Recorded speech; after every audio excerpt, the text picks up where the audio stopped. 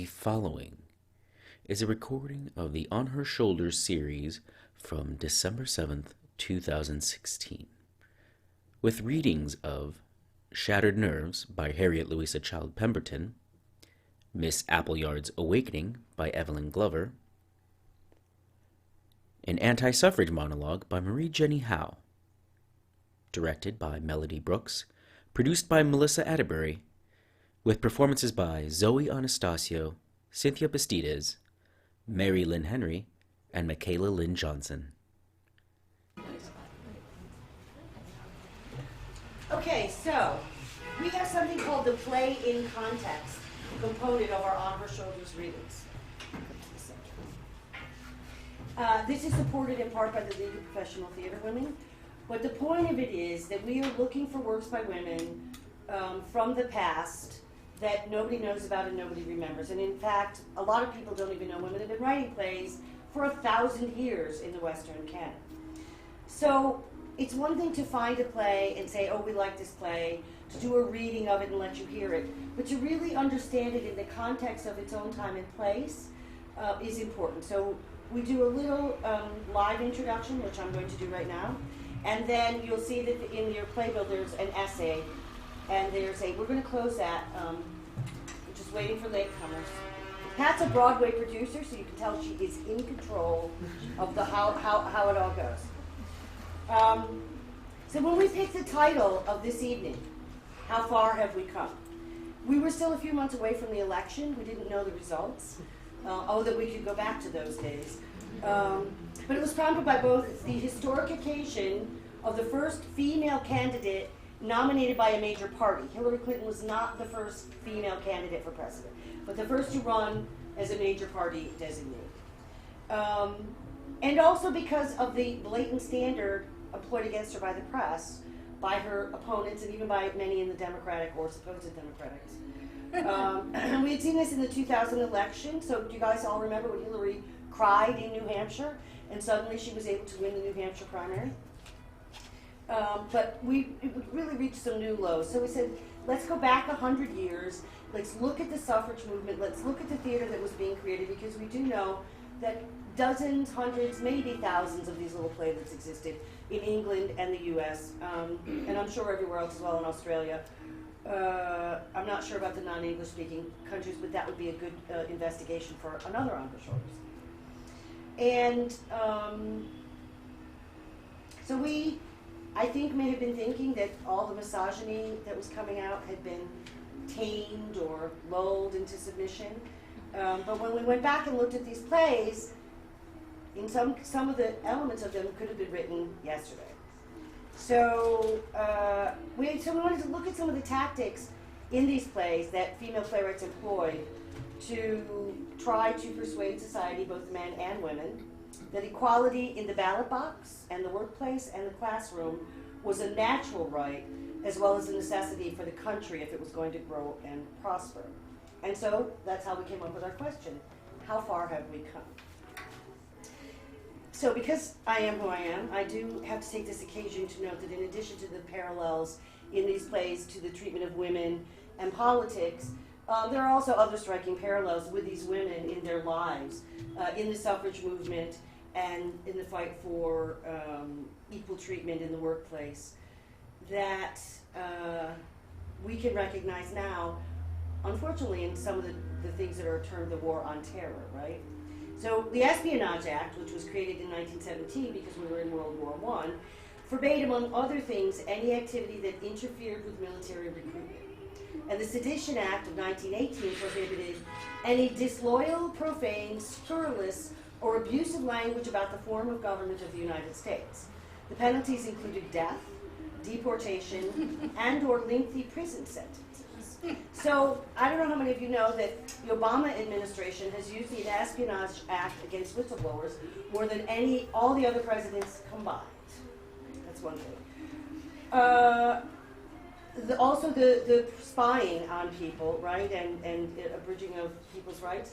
According to a letter from Senator Robert La Follette, who, if you don't know him, was Fightin' Bob Follette from Wisconsin, to his wife on January 12, 1919, Jennie Howe, one of our playwrights tonight, was seized in front of her apartment in New York City by the Secret Service hounds, his term, taken into custody and not allowed to communicate with her husband or an attorney while they questioned her about her radical associates and activities. Women's suffrage and aid to the less fortunate being linked directly to socialism and pacifism, and thus tantamount to treason. So how many cries have we heard of calling people socialists or socialism when we try to help people out, or programs that are for the less fortunate? We also know that the suffragists were imprisoned and effectively tortured through forced feeding. This was a big deal. A couple of them died. Where else have we heard of people being force-fed in the last 10 years? So it's a little disturbing that we look back 100 years, actually 100 and, the last play was written in 1912, January, so that was 104 years ago. The first play that you'll see tonight, 1899, 117 years ago. So, how far indeed have we come? And although these plays are comedies and they are funny, when we first chose them, we did them with an understanding that some of the humor still cuts a little close to the bone. But with the outcome of this election, and as we hear statements such as, there are no such things as fact anymore from the president-elect's people, these pieces, well, they're still funny, especially because we have some really talented actors. For me, in the rehearsal process and hearing them and working on them, they turned out to be a lot more disturbing than I thought they were going to be. That's me. Because I don't want you to not enjoy them. I hope this was not a complete downer, but it is, think about it. Because we are here to enjoy these works, right? And they are exemplary examples of the playwriting that was done in the era of the new woman. There were a lot of publications beginning in the late 19th century attempting to define this creature. One in particular strikes me, and I'll see if you guys can see why I chose this one. Because it's good, but there's a little bit of a problem with it. The new woman, in the sense of the best woman, that flower of all the womanhood of past ages, has come to stay, if civilization is to endure. The sufferings of the past have but strengthened her. Maternity has deepened her. Education is broadening her. And she now knows that she must perfect herself if she would perfect the race, and leave her imprint upon immortality through her offspring or her works. So I say, right, once again, it's left to the woman to perfect herself in order for the society to move on. But anyway, we have three different writers that embody different aspects of this new woman. On one end of the spectrum, we have Harriet Louise Childe-Pemberton. She had a very successful career as a writer. Her characters are all independent females, but she cautioned against straying from the Christian moral precepts, lest the gravest consequences transpire. On the other end of the spectrum, we have Jennie Howe. She was an ardent feminist, a political trailblazer, and if she wasn't a lesbian herself, she certainly associated with women who were out and those that advocated free love with any and all sexes. So we have to assume that Evelyn Glover was somewhere in the middle, but we don't know enough about her to be certain. They were all educated women. Howe was exceptionally so educated. They lived non-conventional lives, even if only through having a writing career.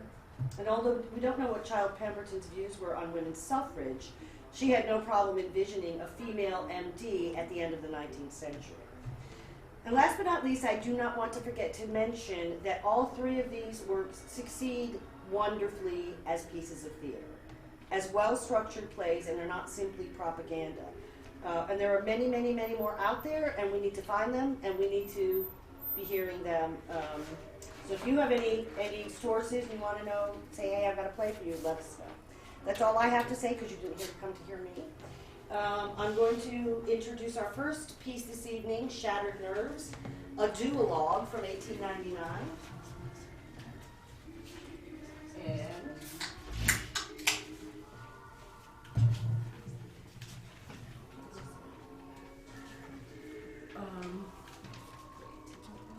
oh yeah, you gotta take care of it. Shattered Nerves, a duologue, 1899. Characters: Mrs. Piercy Sharp, M.D., Lady Flora. Scene: Mrs. Piercy Sharp's consulting room.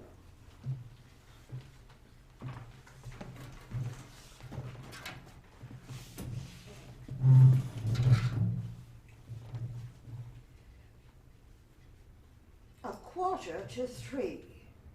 I think I've kept Lady Flora long enough to give her an idea of the extent of my medical practice.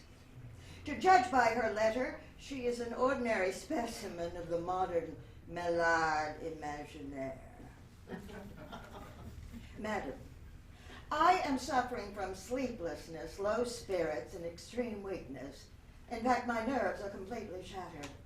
I have tried everything and everybody, but nothing and nobody, not even Dr. McMuff himself, has done me any lasting good.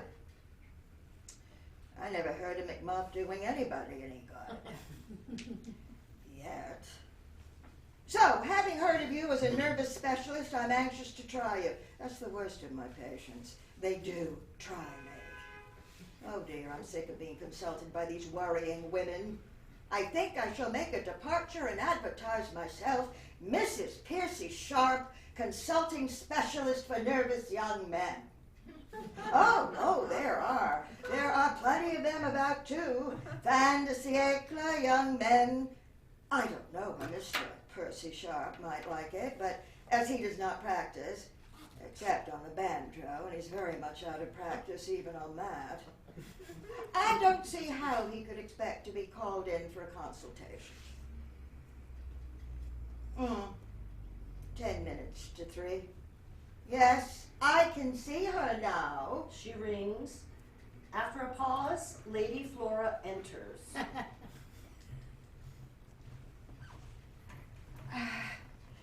So sorry not to have been able to see you sooner, but the fact is my last patient has only this minute left me. Yes, I've been waiting ever since 2:00, and it's so bad for my nerves to be kept waiting. Ah, I see your nerves are shattered. Now, if you could describe me your symptoms, I should be better able to diagnose the case. Always use a long word to a nervous woman. It gives her confidence. Lady Flora, please face the light. Face the light, if you please. But I never face the light. It's so bad for my nerves to face the light. And now, I'll try to tell you something of what I feel. I beg your pardon, but could you raise your voice a little? I can hardly hear what you say. I don't think I could. It's so bad for my nerves for me to raise my voice. But, as I was saying, sometimes I feel as if I didn't feel anything at all, and sometimes I feel as if I've got nothing at all in my head, no brains whatsoever, in fact, and that can't be right. And sometimes I feel as if my head were going round and round and round. Like a weathercock, just so. Oh, your nerves are quite shattered. Oh, that's just it. And sometimes, particularly at night, I feel as if I were being smothered. And it's so bad for my nerves to feel smothered. And then I scream, I shriek, I yell, and then I wake up. Yes, wake up the household, I suppose. Oh, your nerves are decidedly shattered. Oh, that's just what it is. And sometimes I feel, oh, so bad, as if I couldn't stand anything. If my maid runs a hairpin into me, I throw the brushes at her. Simply, I pay her extra so she understands. But it's very bad for my nerves for me to have to throw the brushes at her. Nothing could be worse except perhaps to have the brushes thrown at you. Oh, your nerves are completely shattered. That's just what it is. Dear me, what a comfort it is to have found someone who thoroughly understands me at last. It's so bad for my nerves not to be understood. Well, and then I take cold very easily, and my whole life is spent positively avoiding drafts. Oh, you must have enough to do. I have. It's so bad for my nerves to be in a draft, and people are too inconsiderate. They will put me to sit either between two doors or 2 windows, or a window and a door and a fireplace, or 2 fireplaces, or 2 fans, and you've no idea what draft 2 fans can create. And they will not see the necessity for stopping up the keyholes, but the amount of air that comes in by the keyhole is sometimes enough to bring on inflammation of the windpipe. Oh, I beg your pardon, but could you control your voice a little? I'm not deaf.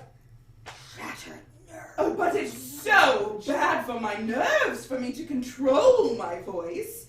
And so, as I was saying, the only thing for me to do in a draft is to breathe through the nose and not to speak. Safe, if not sociable. Oh, my dear Lady Flora, there is no doubt of it. Your nerves are completely shattered. Completely. Now, I would like to ask you a few questions. What do you drink? Linseed tea, very weak. You see, there's nothing else I can touch with any safety. Wine, well, nobody in their senses drinks wine nowadays. Coffee, cocoa, milk, they're all played out, aren't they? Tea, well, tea is sheer poison, unless each person has a separate pot. Maximilian Croker ordered me ammoniated quinine at all my meals, and I took it for a year, till I found myself getting deaf. So I went to McMuff, and he said if I'd taken it another week, I should have been dead. And he told me linseed tea is the only thing for everybody. And I hear they've a perfectly excellent recipe for it at the clubs. Ah, McMuff has taken shares in a linseed tea plantation. Now, what time do you go to bed? Oh, I've given up going to bed. You see, about 2 months ago, I had a pain in my elbow, just here, on the bone. Oh, such a funny pain. Funny bone, funny pain. Naturally, yes. Well, I tried everything, and at last I went to Miss Hartman. Oh, you know, Japanese gymnastics. And she told me that my elbows were very congested, and that the worst thing for me with my congested elbows was to sleep in a bed, and that we should all be much healthier if we slept in hammocks. So I've had one hung from the ceiling of my room, and she said the higher the better. The getting in and out would be such good exercise. Miss Hartman has a brother in the stores who gets a commission on every hammock he sells.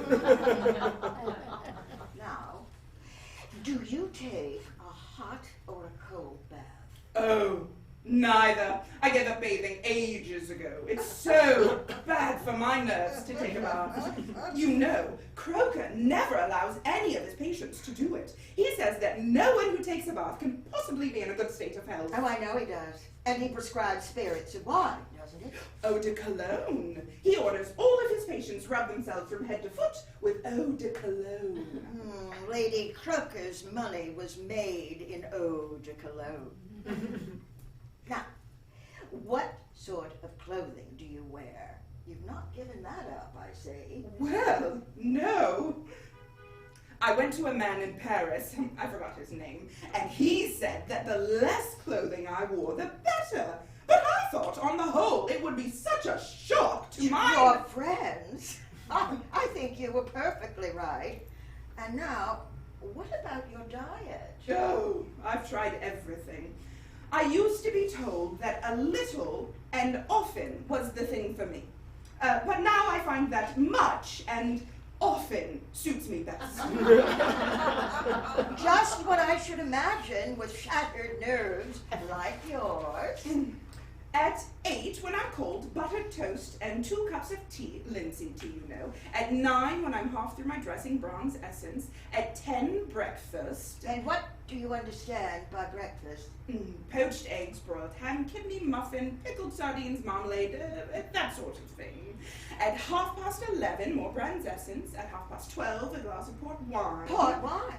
I thought you told me you never drank anything but linseed tea. Oh, well, it's only on Mondays when I go through the weekly bills. It's so bad for my nerves to go through the weekly bills.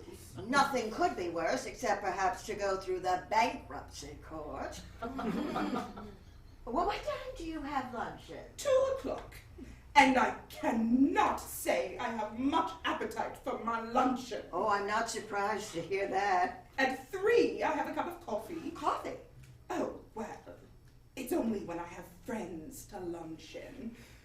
It's so bad for my nerves to have friends. Nothing could be worse, except perhaps to have enemies. Yes? After that, I get on pretty well through the afternoon with a few meat lozenges till 5 o'clock tea, linseed tea, of course, when I make a point of eating a good meal of bread and butter and cake, and I generally force myself to eat some sandwiches, as it is such a long time to go without food. 8 o'clock dinner, as a rule. Of course, if it is later, I have a cup of beef tea while I'm dressing, arrowroot when I go to bed, and sandwiches by my bedside in case I should wake in the night and feel hungry. But tell me now, do you ever feel hungry? Never.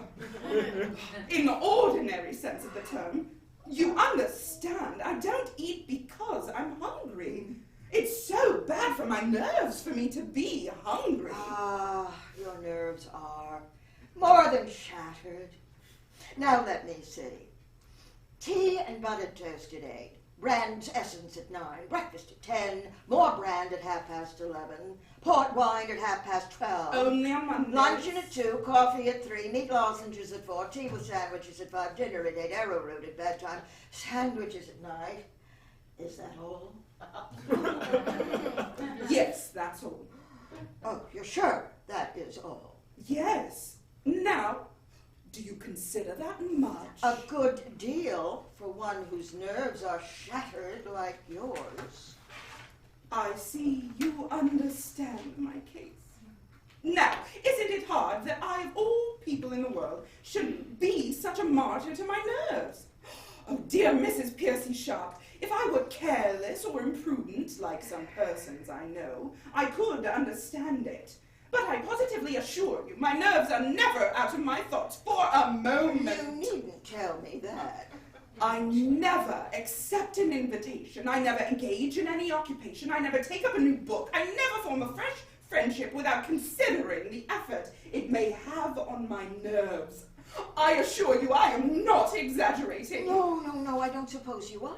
I have specifics for every infection, antidotes for every poison. I have got a microbe killer.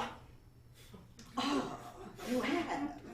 I hope it's properly broken in. Oh, well, I believe it is. But is that very important? Of the utmost importance. Don't you see, if your microbe killer isn't properly broken in, instead of killing the microbe, it might kill you. Might it really? Oh, it's very well known. There's nothing so dangerous as an untrained microbe killer. We don't understand much as yet about their manners and costumes. But they're not things to play tricks with or make bets of. Well, I think I quite understand your case. You are suffering, Lady Flora, from an attack of acute self-concentration which has resulted in a very dilapidated state of the nerves. Now, if you will follow the regimen which I shall prescribe, I think we shall see a marked improvement in the course of the next few weeks. In the first place, I must restrict you to 3 meals a day: breakfast, luncheon, and dinner. But I shall feel so hungry, and it's so bad for my nerves to feel hungry. Not at all. It's so bad for your nerves not to feel hungry. Secondly, I should like you to take an iced shower bath every morning at 6. An iced shower bath? But I shall be knocked silly. Not at all. You're too far gone for that. And most important of all, I must insist on your going through my new method.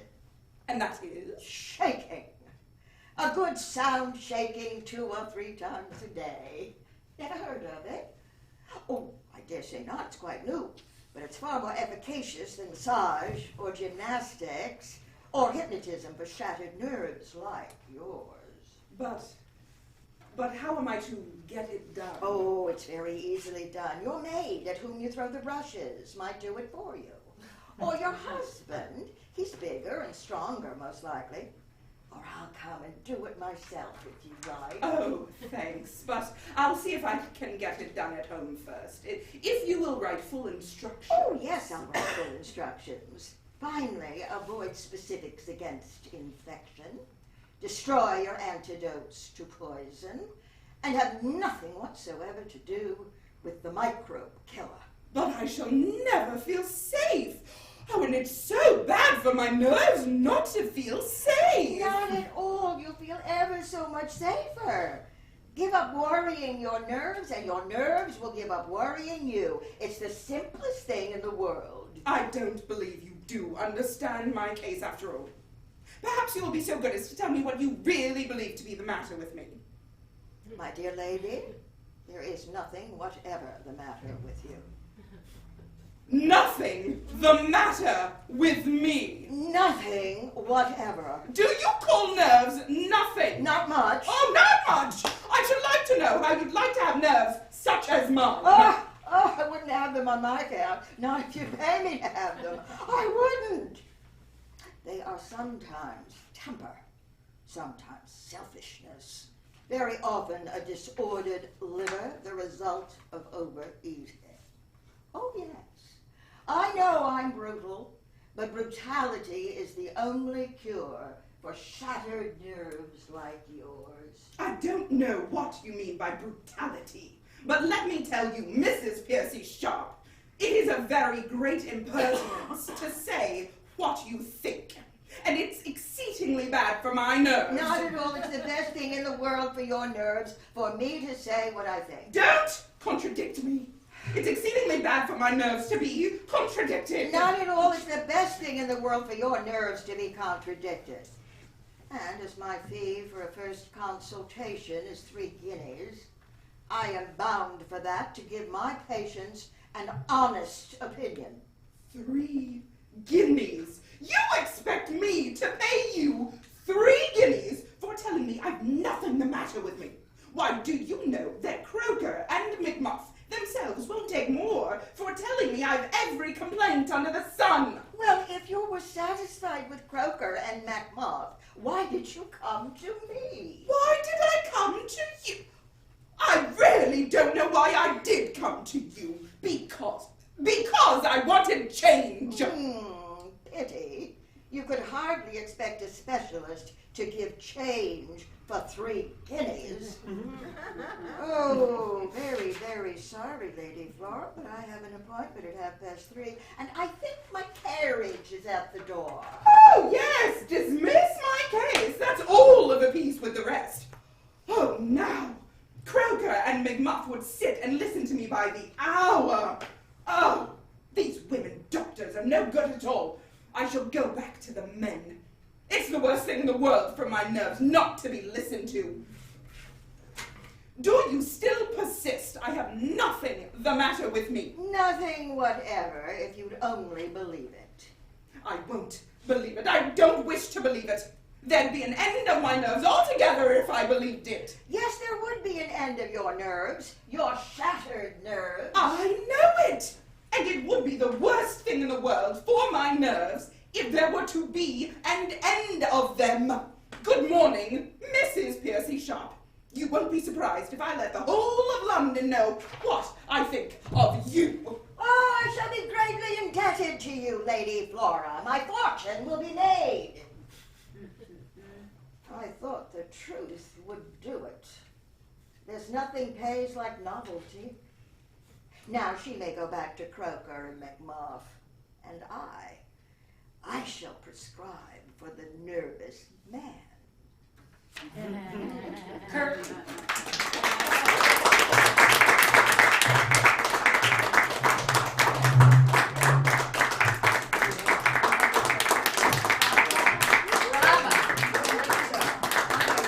So our next piece is going to be Miss Appleyard's Awakening.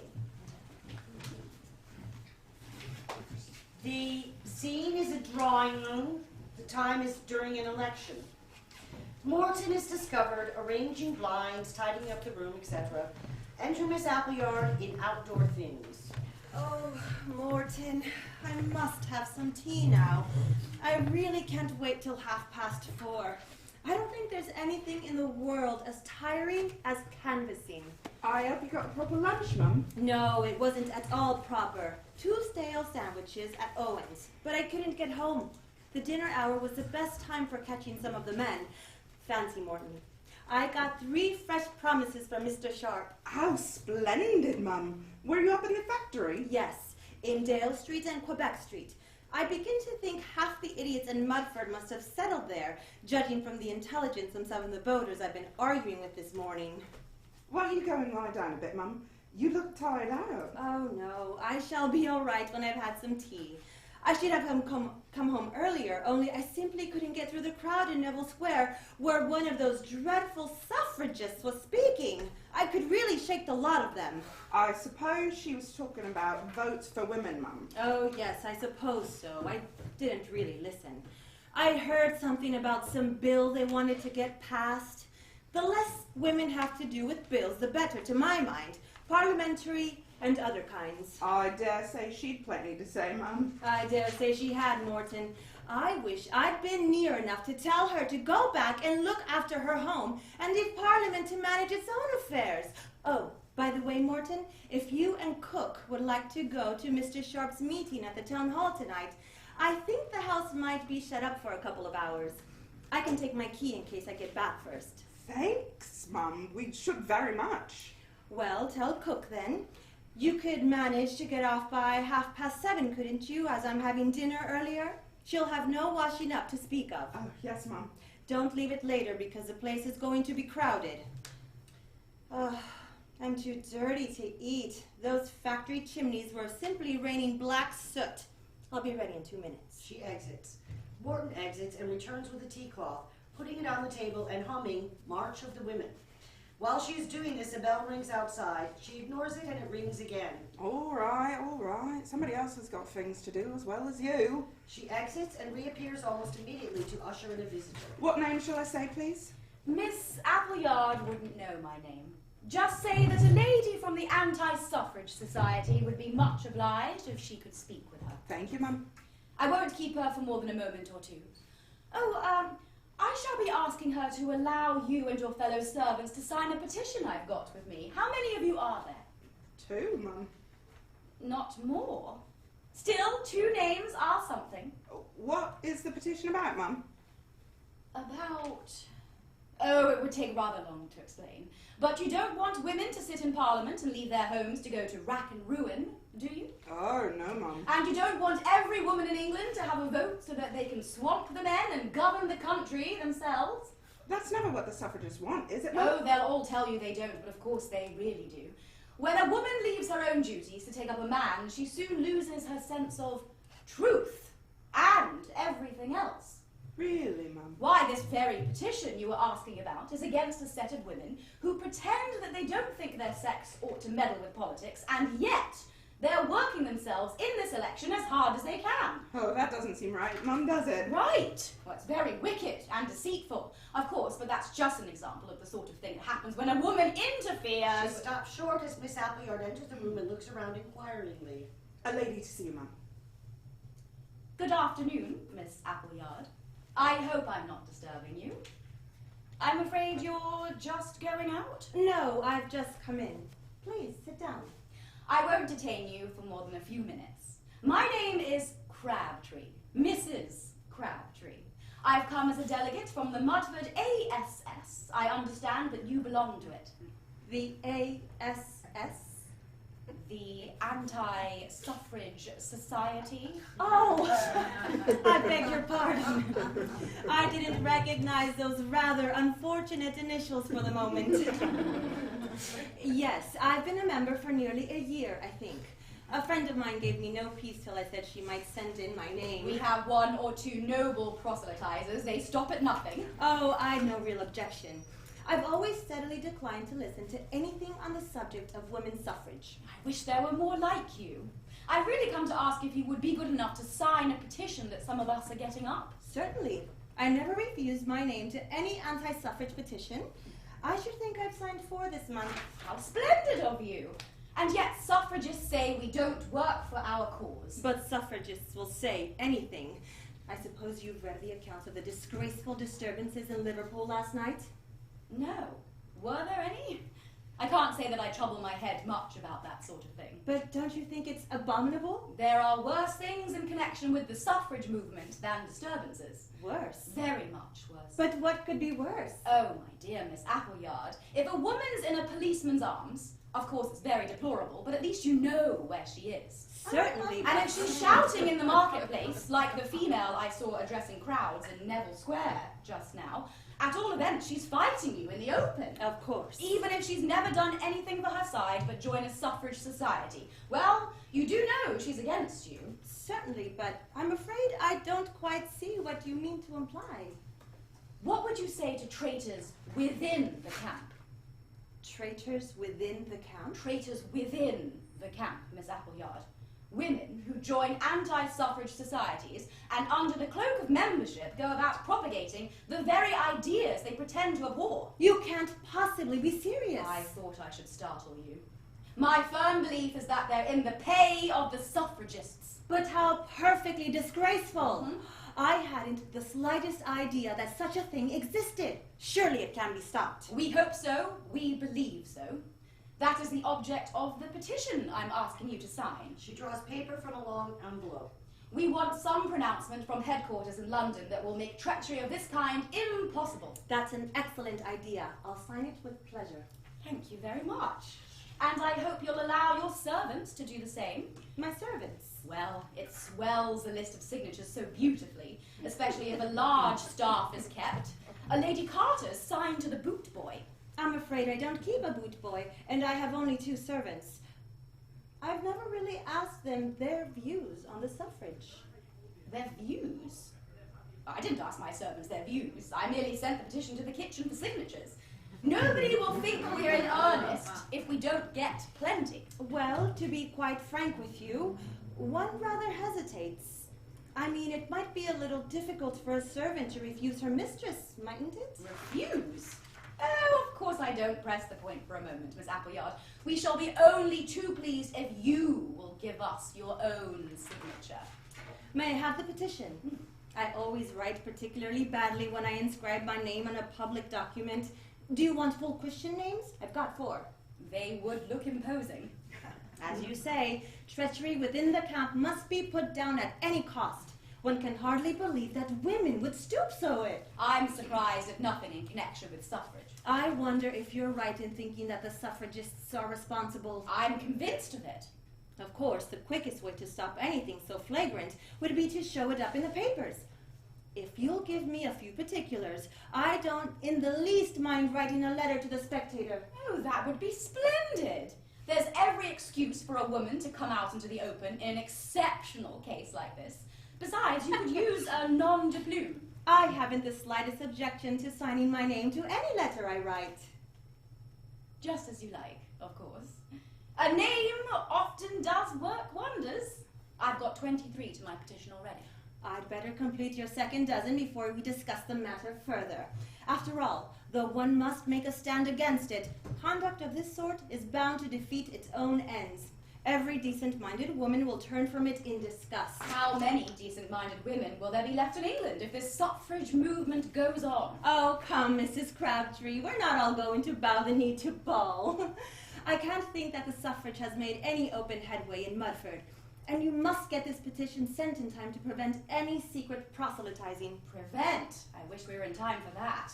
You surely can't mean that there are any of these atrocious women among us. I do, Miss Appleyard. I have only too good reason to believe that we are warming a viper in our bosoms. Tell me her name. Don't hesitate to mention a name in a case like this. I don't know it yet, unfortunately. I'm waiting to discover it before I denounce her openly. Nothing would give me greater pleasure than to help you. Oh, I wonder if you could. Do you know anything of the streets behind the factory? What? Dale Street and Quebec Street, do you mean? Yes, with the little red houses where so many of the hands live. You don't mean to say she's dared to go there? Miss Appleyard, I've just been told on excellent authority that a member of our own anti-suffrage society was seen canvassing in Quebec Street and Dale Street this very morning. Canvassing?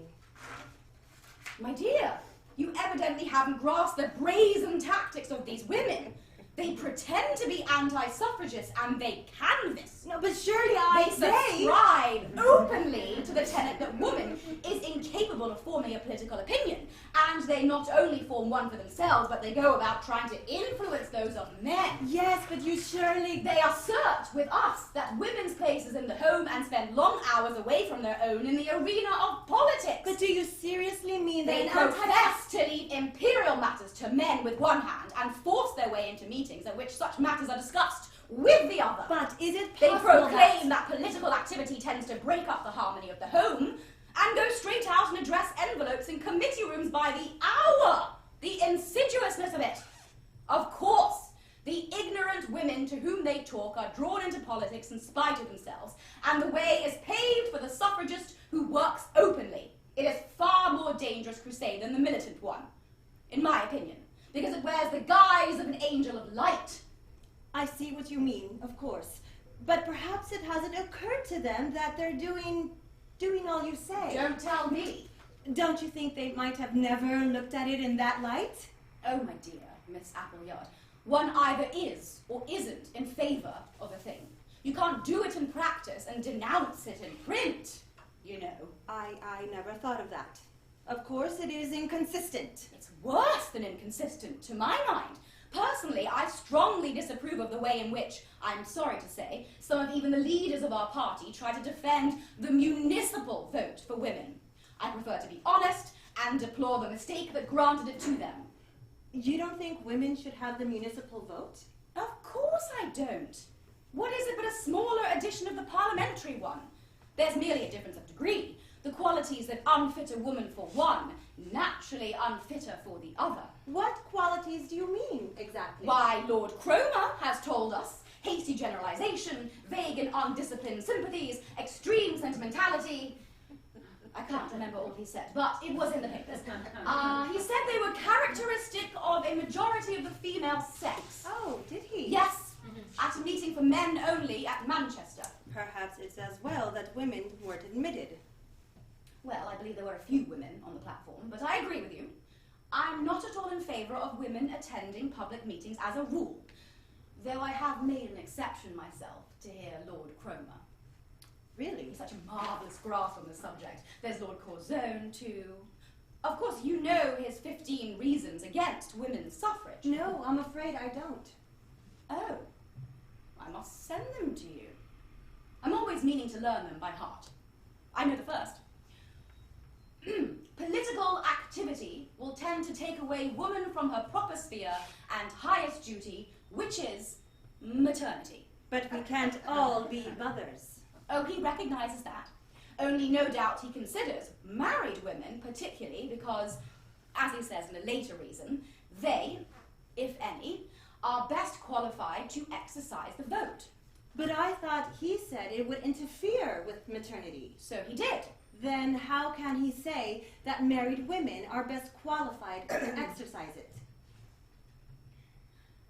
I don't altogether follow that myself, I admit. I'm content to leave it to a superior brain than my own. And even in the case of mothers, supposing they had votes, would they be constantly engaged in political activity? Fathers aren't. Men are political by nature. Women are not. If women got the vote, they have so much to learn that they'd never have time for anything else. But you must read the reasons for yourself. That is, if you think it advisable to go into the subject. They set forward so plainly the awful dangers of adding unbalanced judgments to a logical male electorate. I happened to be talking to one of the logical male electorate this morning. He is my chimney sweep. He informed me that he was going to vote for Mr. Holland because his own wife is a Dutch woman. Really? Who is Mr. Holland? Do you mean to say you didn't know he was a Labour candidate? Oh, I must have seen the placards and heard people talking, of course, but I naturally don't take any interest in politics. I don't consider them to be a woman's concern. What do you consider to be a woman's concern? Her home. But, do excuse me, you're putting things in rather a new light to me. Don't vague sympathies and sentimentality and what else did Lord Cromer say? Hasty generalizations matter in the home? Well, of course it would be better without them, but as he says, most women are like that. I mustn't trespass longer on your time, Miss Appleyard. If I may have your signature, I won't detain you anymore. I haven't really looked at the text of this. I'd only surmised it from what you told me. I see it's a request to headquarters that some rule may be framed which shall debar any member of an anti-suffrage society from canvassing. We thought it better to confine ourselves to the canvassing to start with. Later we hope to attack more of these abominable tactics. A bell is heard outside. Miss Appleyard folds up the paper and hands it back. Well, Mrs. Crabtree, I may well tell you quite frankly that you won't attack them through me. Miss Appleyard, I don't understand you. I can't sign that paper. May I ask why not? There is a tap at the door. Come in. Morton enters. Excuse me disturbing you a moment, please, Mum. What is it, Morton? Excuse me, Mrs. Crabtree. Miss Allbutts called, and she won't come in, but she says, could you kindly send word if it's 10 or 10:30 that she's to go canvassing with you tomorrow? Say 10 o'clock, please. Yes, Mum. She exits. I beg your pardon, Mrs. Crabtree. You were asking... I am answered, Miss Appleyard. I am answered. Little did I think when I denounced the women among us who are secretly undermining our influence that they had so far worked upon your feelings as to persuade you to join them. I really don't understand you. Nobody has worked on my feelings. I offered to help canvassing this time, just as I did at the last election. I was going to tell you so when my maid came in. Then, is it possible that you are the woman who was canvassing in Dale Street and Quebec Street this morning? It's more than possible. It's a fact. This is beyond everything. You consider yourself capable of forming a political opinion? Well, shall we say, at least as capable as a gentleman who's going to vote for Mr. Holland because his own wife's of a Dutch woman. You don't think that a woman's place is in the home? Place? Certainly. Prison? No. You might as well say that a man's place is in his office and blame him for coming home in an evening, or taking an interest in his wife's duties, or his children's lessons. Man is man. Woman is woman. Oh, I'm quite prepared to concede that. And conceding it, you actually think that a woman ought to meddle with politics? Meddle? How can any intelligent woman help taking an interest in the affairs of her country? Her country. It's the country of the men who fight for it. You mean that only soldiers and sailors should be politicians? Well, this is ridiculous. It is only too easy to see what influences women would work. Would you kindly explain what to me? I mean that your line of reasoning is taken straight from the publications of the suffrage societies. The publications of the suffrage societies? I've never even seen any. I cannot, of course, dispute your word, but suffragists think that a woman should take what they call an intelligent interest in the affairs of her country. Suffragists maintain that a woman doesn't unsex herself by political activity. Suffragists declare that the average woman is as capable of forming an opinion in these matters as hundreds of the men voters of today. And so do I. Then, Miss Appleyard, all I can ask is, what are you doing among us?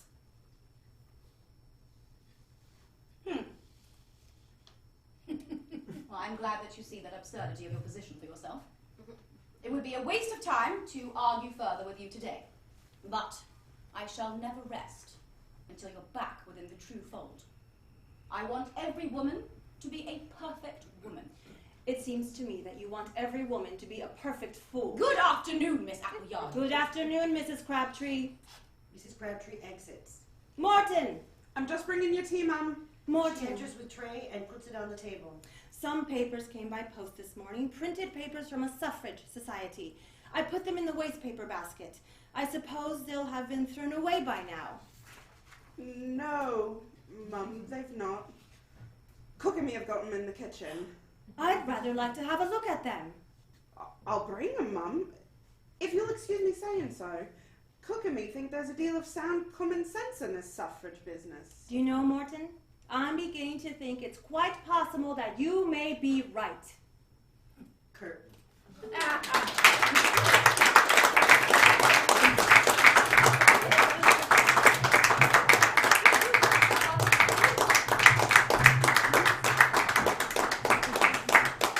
And we have one more, an anti-suffrage monologue by Jennie Howe. This is one I was referring to, that was written in 1912. And in the playbill, there's a little thing about the 4 concepts that the anti-suffragists espouse. And I think you'll see in this piece how she ably takes them all apart. Without further ado, are you ready, Rob?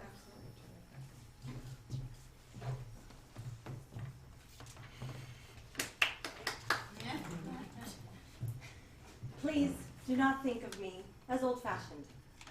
I pride myself on being a modern, up-to-date woman. I believe in all kinds of broad-mindedness. Only I do not believe in women's suffrage, because to do that would be to deny my sex. Women's suffrage is a reform against nature. Look at these women sitting on the platform.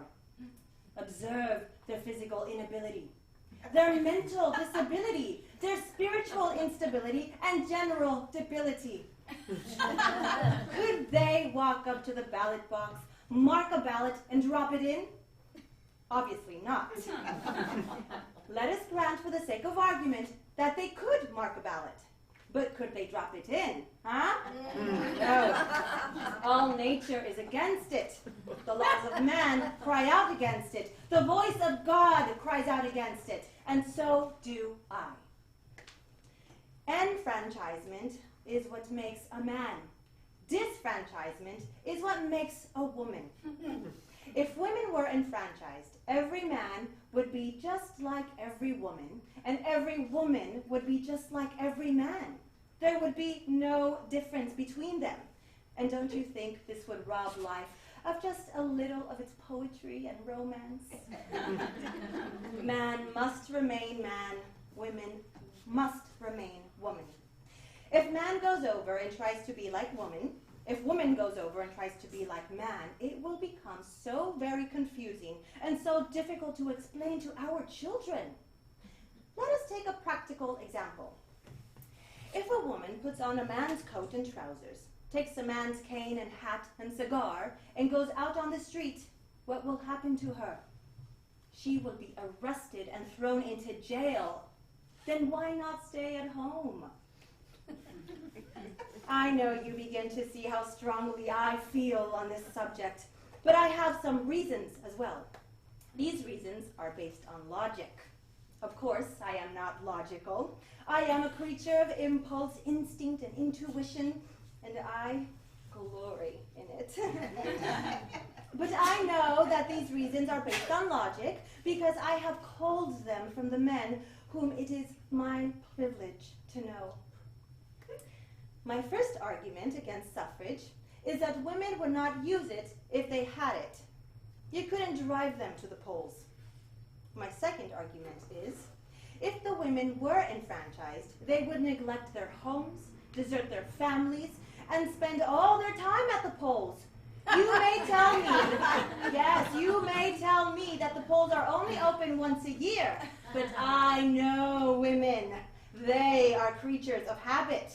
If you let them go to the polls once a year, they will hang round the polls all the rest of the time. I have arranged these arguments in couplets. They go together in such a way that if you don't like one, you can take the other. This is my second anti-suffrage couplet.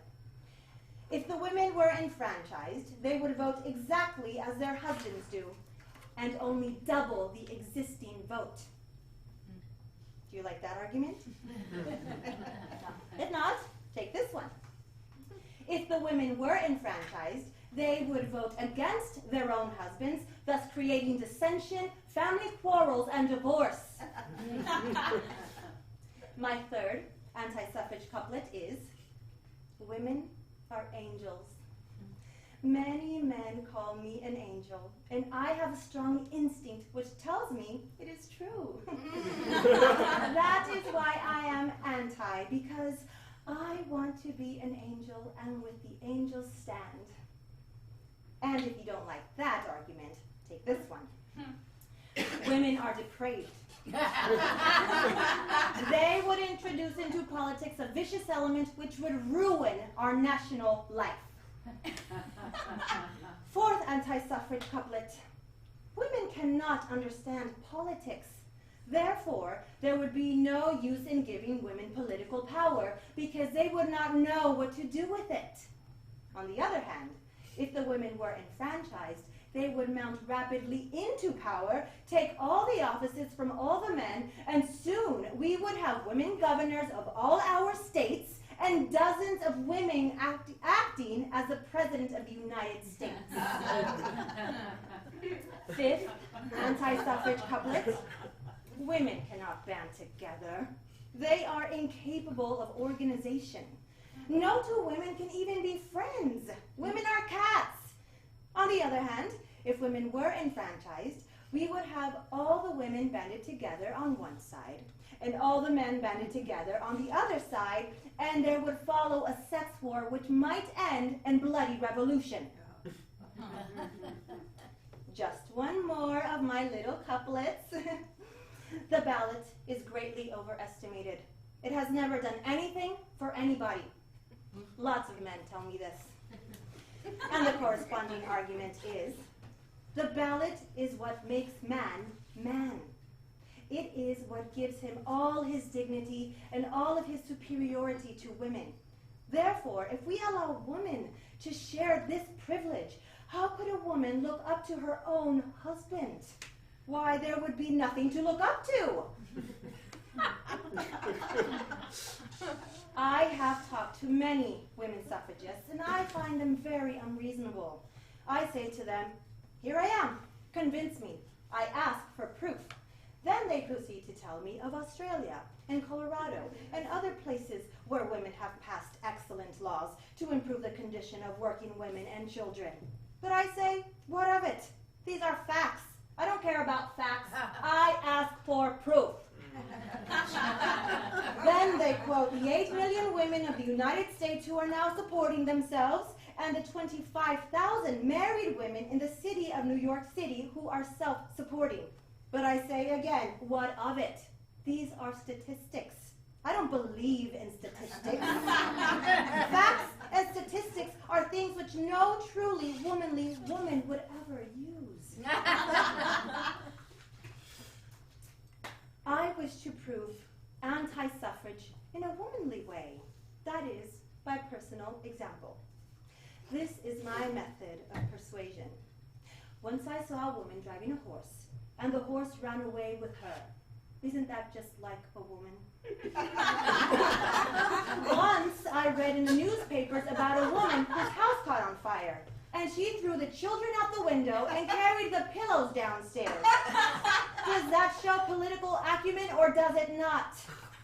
Besides, look at the hats women wear. And have you ever known a successful woman governor of a state? Or have you ever known a really, truly successful woman president of the United States? Well, if they could, they would, wouldn't they? Then, if they haven't, doesn't that show they couldn't? As for the military suffragettes, they are all hyenas in petticoats. Now, do you want to be a hyena and wear petticoats? Now, I think I have proved anti-suffrage, and I have done it in a womanly way. That is, without stooping to the use of a single fact or argument or a single statistic. I am the prophet of a new idea. No one has ever thought of it or heard of it before. I well remember when this great idea first came to me. It waked me in the middle of the night with a shock that gave me a headache. This is it. Woman's place is in the home. Is it not beautiful as it is new? And new as it is true? Take idea with you. You will find it very helpful in your daily lives. You may not grasp it just yet, but you will gradually grow into understanding of it. I know, the suffragists reply, that all our activities have been taken out of the home. The baking, the washing, the weaving, the spinning are all long gone since taken out of the home. But I say, all the more reason that something should stay in the home. Let it be woman. Besides, think of the great modern invention, the telephone. That has been put into the home. Let women stay at home and answer the telephone. We antis have so much imagination. Sometimes it seems to us that we can hear the little babies in the slums crying for us. We can see the children in factories and mines reaching out their little hands to us, and the working women in the sweated industries, the underpaid, underfed women reaching out their arms to us, all crying as with one voice, "Save us! Save us from woman suffrage!" Well may they make this appeal to us, for who knows what woman suffrage might not do for such as these. It might even alter the conditions under which they live. We antis do not believe that any conditions should be altered. We want everything to remain just as it is. All is for the best. Whatever is right. If misery is in the world, God has put it there, let it remain. If this misery presses harder on some women than others, it is because they need discipline. Now, I have always been comfortable and well cared for, but then I never needed discipline. Of course, I am only weak, ignorant woman, but there is one thing I do understand from the ground up, and that is the divine intention toward woman. I know that the divine intention toward woman is, let her remain at home. The great trouble with the suffragists is this: they interfere too much. They are always interfering. Let me take a practical example. There is, in the city of New York, a nurses' settlement where 60 trained nurses go forth to care for sick babies and give them pure milk.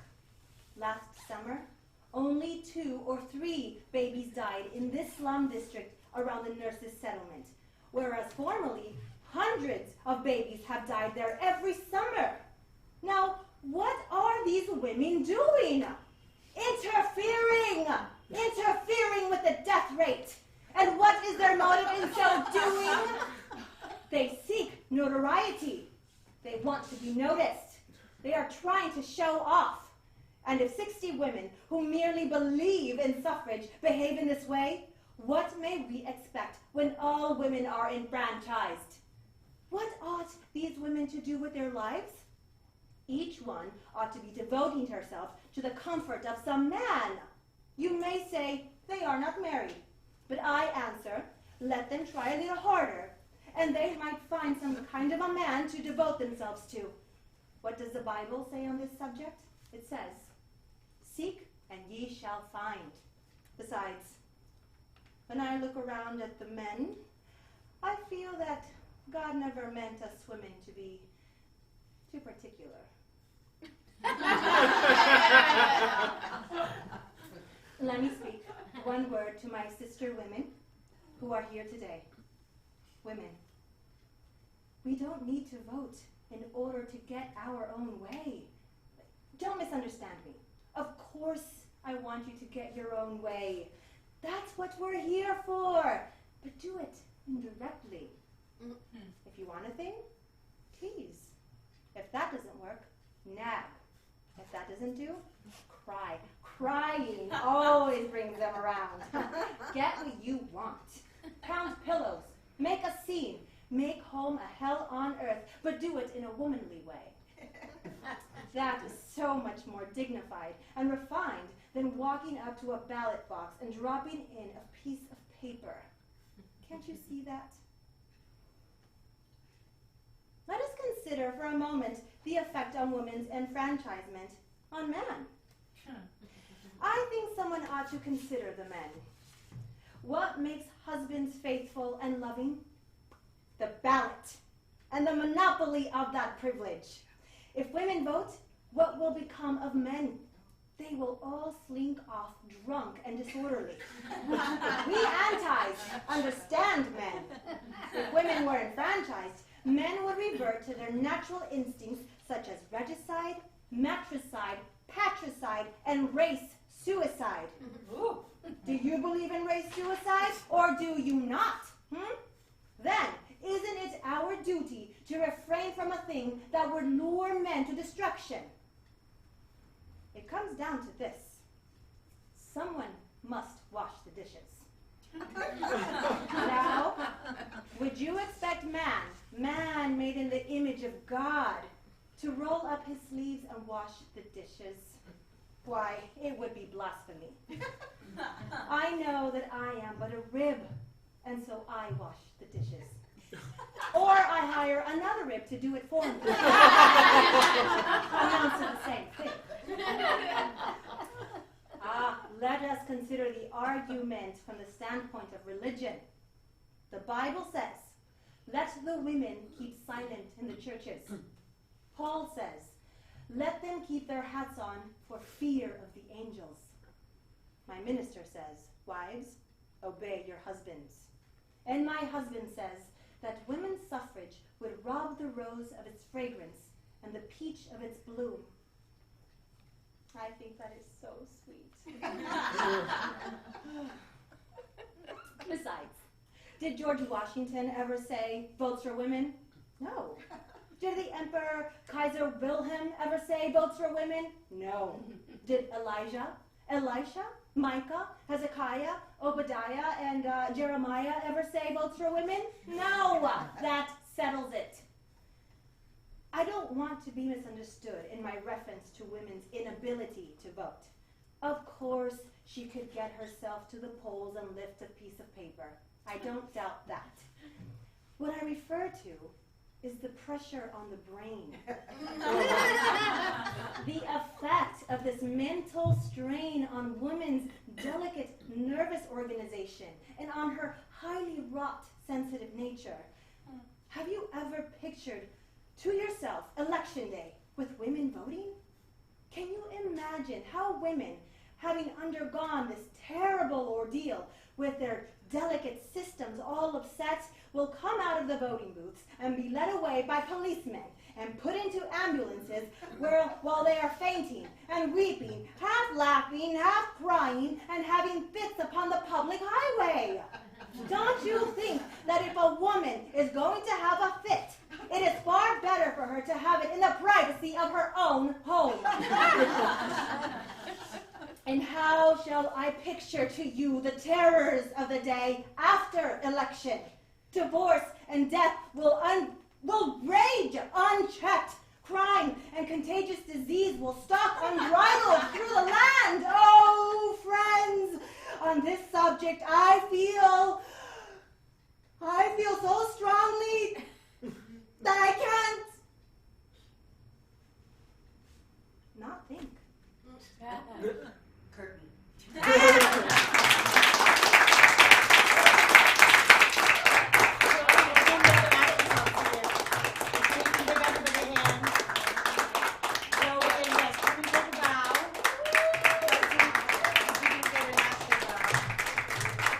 If you'd like to make a donation, please go to www.nptnyc.org/programs/onhershoulders.htm.